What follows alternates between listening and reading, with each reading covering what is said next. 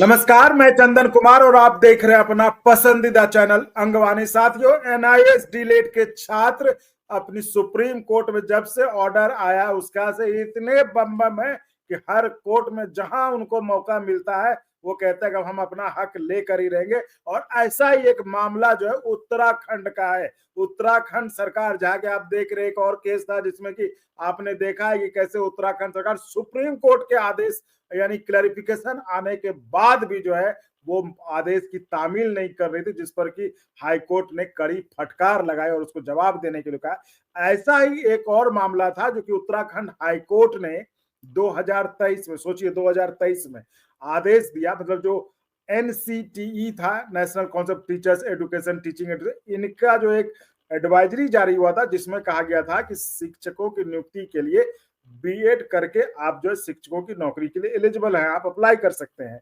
जिस पर कि एनआईएस डीलेट वालों ने आपत्ति जताई, क्योंकि उनको लगा कि हमने भाई सिर्फ बीएड, हमने बीएड भी किया है, डीलेट भी किया और भी बहुत कुछ किया है, उनको लगा कि हमें वेटेज ज्यादा मिलना चाहिए। तो ये चले गए कोर्ट में। उत्तराखंड हाई कोर्ट ने उस एनसीटीई के आदेश को क्वैश कर दिया, यानी कि उन्होंने कहा कि इनके पक्ष में फैसला सुनाया। अब क्या हुआ, सरकार मानने को तैयार नहीं। हमेशा की तरह सरकार इस बार भी नहीं मानी। इसके बाद जो जो लोग जो बीएड थे, जिनको इस फैसले से मतलब उनको दिक्कत थी, तो वो चले आए सुप्रीम कोर्ट। लेकिन वहां पर भी सुप्रीम कोर्ट ने 2024 में, आप समझिए इसको, 2024 में, 23 में हाई कोर्ट ने रिक्वेस्ट किया, 2024 में सुप्रीम कोर्ट ने अपने ऑर्डर में कहा कि हाई कोर्ट का जो फैसला है वो सही है। इसके बाद भी उत्तराखंड सरकार, पता नहीं उनको एनआईएस डीलेट वालों से कुछ समस्या है क्या है, तो वो उत्तराखंड सरकार ने फिर भी नहीं माना उसको।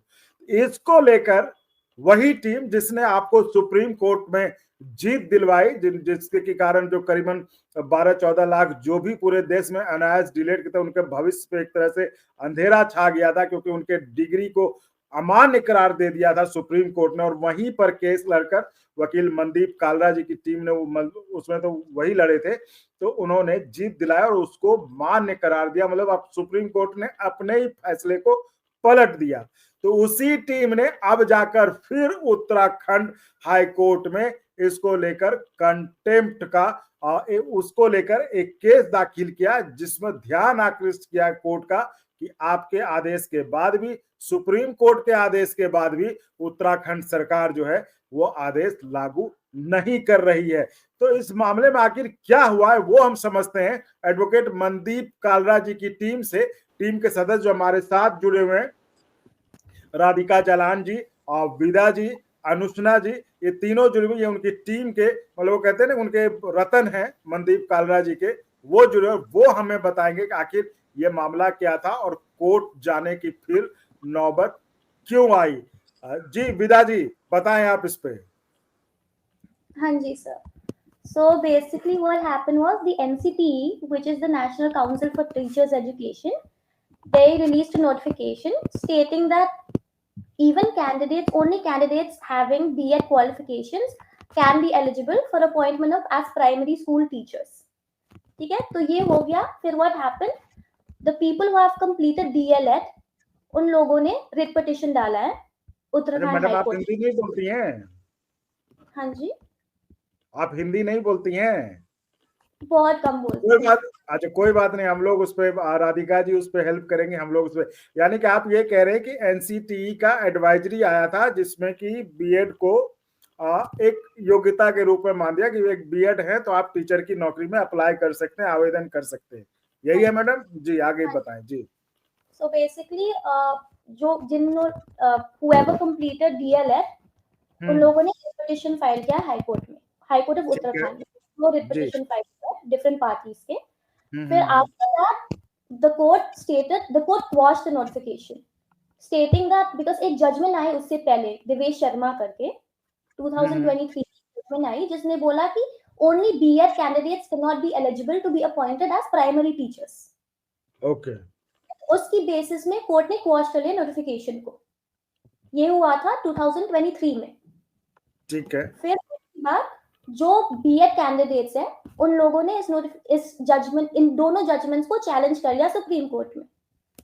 अब सुप्रीम कोर्ट ने बोला कि नहीं, whatever the Uttarakhand high court stated that is right, and फिर अपहोल्ड कर लिया दोनों judgements of the Uttarakhand high court.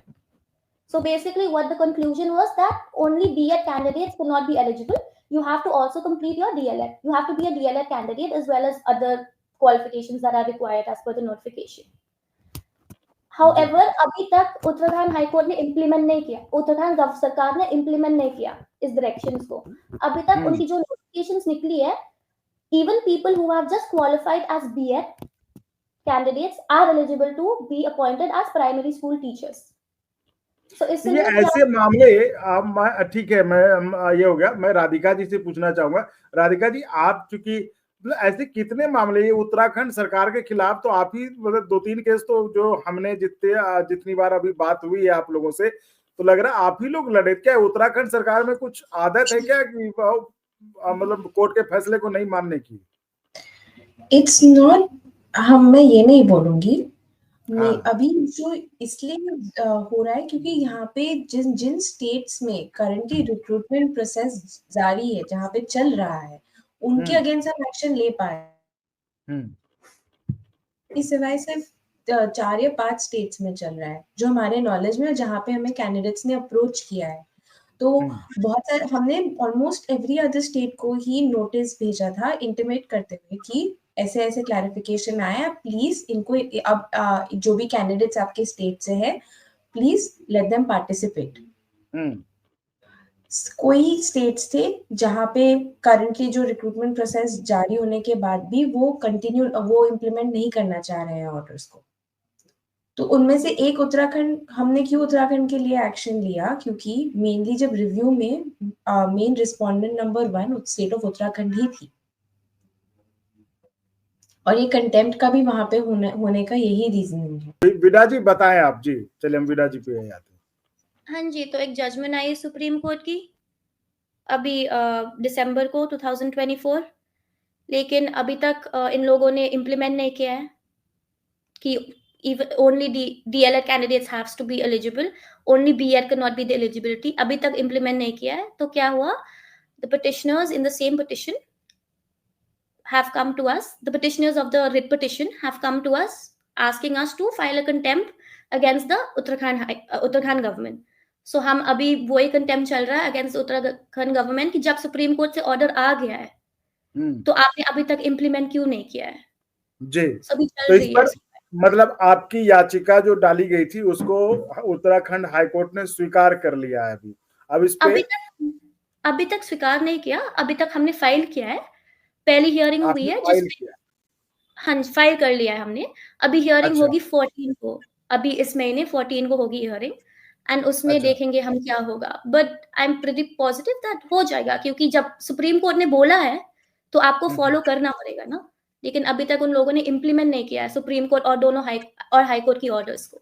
सो बस वही है.